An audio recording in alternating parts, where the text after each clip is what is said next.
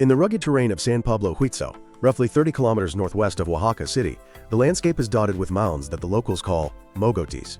These are the ruins of ancient temples and platforms, long since reclaimed by cactus and scrub. For centuries, they remain silent, blending into the hills of the Etla Valley, where the wind carries the scent of dry earth and copal. But in late 2025, that silence was broken by the clink of metal on stone. An anonymous tip reached the National Institute of Anthropology and History, or INAH. Looters, known locally as saqueadores, had located a cavity on the Cerro de la Cantera. The trade in pre-Hispanic artifacts is a shadow economy that threatens to erase history before it can be read, and when archaeologists arrived at the site, they feared the worst.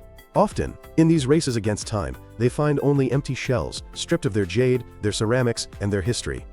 But this time, the mountain had protected its own. The looters had breached the outer layers, but had failed to penetrate the main chamber. What began as a desperate rescue mission culminated in January 2026 with an announcement that shook the archaeological world. They had discovered Tomb 10, a sealed Zapotec time capsule from the year 600 CE. This was not just another find. It was a revelation that offers a rare, terrifying, and beautiful glimpse into how the Zapotec elites, the Cloud People, faced the great mystery of death. To understand the magnitude of this find, we have to look at the ground it lies in. San Pablo Huitzo is built upon the ruins of an ancient city known as Huijazoo. In Zapotec, this translates to warrior watchtower or fortress. In 600 CE, during the late Classic period, this was not a sleepy village. It was a strategic bastion. While the great Zapotec capital, Monte Alban, was the sun around which the Huachtan world orbited, Huijazoo was a powerful satellite. It guarded the northern entrance to the Etla Valley, the breadbasket of the empire, standing on the frontier between the Zapotec heartland and the encroaching Mixtec lordships to the north. The lords of Huijazoo were warrior kings, tasked with holding the line. They were wealthy, powerful, and deeply religious. The discovery of Tomb 10 confirms that this site was more than a garrison. It was a necropolis of high status, a place where the lines between the living city and the city of the dead were blurred. As the excavation team carefully cleared the soil from the tomb's facade, a face emerged from the earth to meet them. It was not human. It was the wide, staring visage of a great horned owl, sculpted in high relief from stucco and stone. In Zapotec cosmology, the owl is a creature of profound power.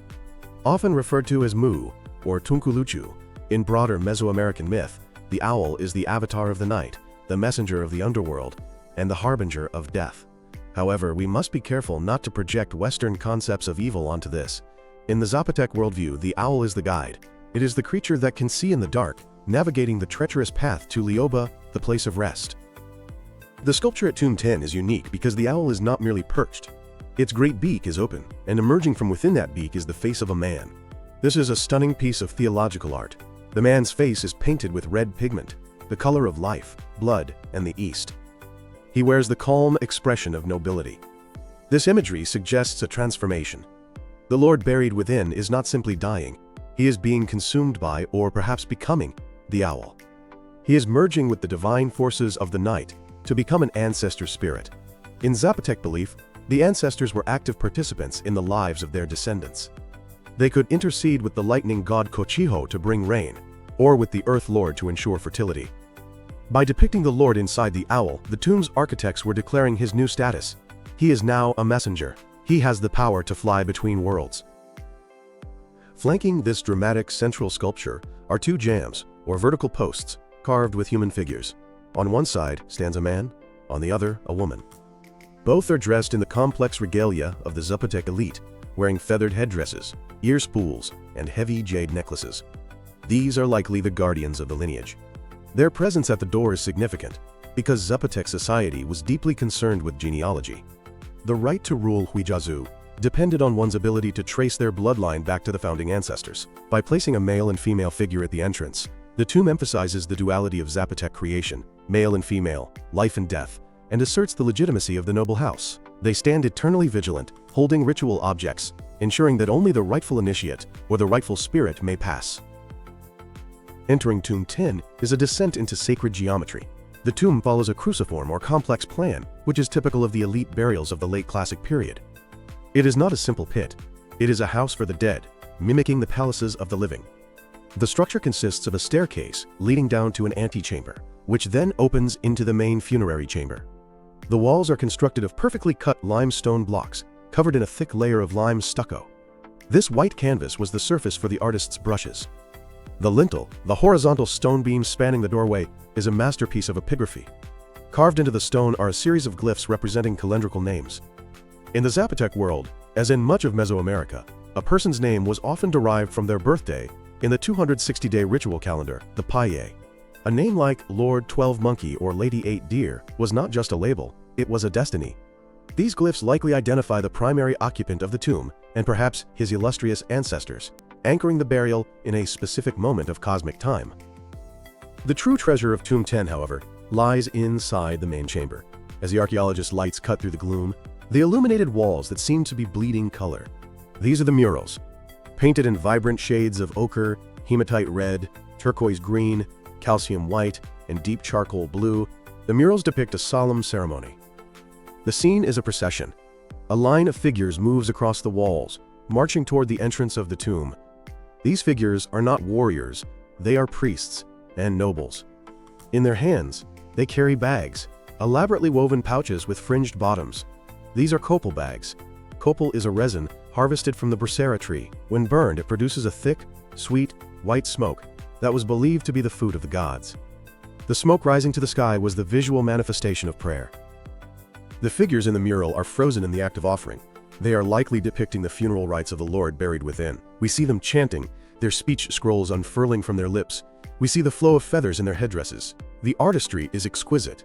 The Zapotec painters mastered the use of line and color to create a sense of rhythm and movement. But this copal procession is more than decoration. It is a functional piece of magic. By painting the offering on the walls, the Zapotecs ensured that the ritual would continue forever. Long after the real incense had burned out and the mourners had died, the painted priests would continue to offer copal to the soul of the Lord, sustaining him in the afterlife for eternity. To fully appreciate Tomb 10, we must look a few hundred meters away to its sister tomb, the famous Tomb 5, discovered in the 1980s at the nearby Cerro de la Campana, which is part of the same Huijazoo complex. Tomb 5 is often called the Sistine Chapel of the Zapotecs, and the similarities between the two are striking. Tomb 5 is the resting place of a ruler known as Lord 12 Monkey. His tomb also features monumental sculptures at the entrance, specifically masks of a jaguar and a bird-serpent hybrid. Like Tomb 10, Tomb 5 is adorned with spectacular murals. In Tomb 5, we see a procession of figures that parallels the new discovery. There is a depiction of a priestess or noblewoman, dressed in a red and white huipil, holding a copal bag exactly like the ones in Tomb 10. This suggests a standardized ritual language in Huijazoo. The artists who painted Tomb the 10th of may have belonged to the same school or guild as the masters of Tomb 5. However, Tomb 10 adds a new layer to the narrative with its owl iconography.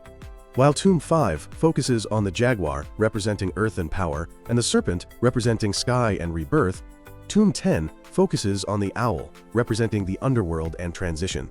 Together, they represent a cosmological balance. It is possible that the Lord of Tomb 10 and Lord 12 Monkey were related, perhaps father and son, or brothers who ruled different precincts of the fortress city. They are two verses of the same stone poem.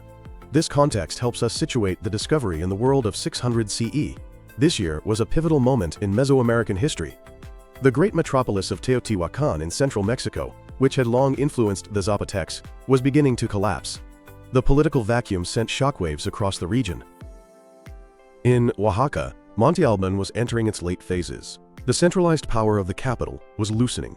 Regional centers like Huijazoo, Lambitieco, and Mitla were beginning to assert their independence. The discovery of Tomb 10, with its opulence and distinct local style, supports this theory. The lords of Huijazoo were not mere provincial governors. They were kings in their own right, commanding enough resources to build monuments that rivaled those of the capital. For the common Zapotec living in the shadow of the Cerro de la Cantera, life was a cycle of corn, beans, and tribute. They lived in wattle and daub houses, farming the fertile valley floor. But their lives were punctuated by the great ceremonies held by the elites. When the Lord of Tomb 10 died, the city would have stopped. The sound of conch shell trumpets would have echoed off the mountains. The air would have turned white with the smoke of tons of burning copal. The procession depicted on the tomb walls would have been enacted in reality, winding its way up the steep slopes of the hill. Crucially, death was not the end.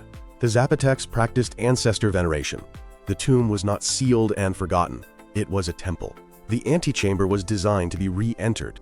Descendants would return on specific calendar days to leave fresh offerings, to ask for advice, or to introduce new family members to the old ones.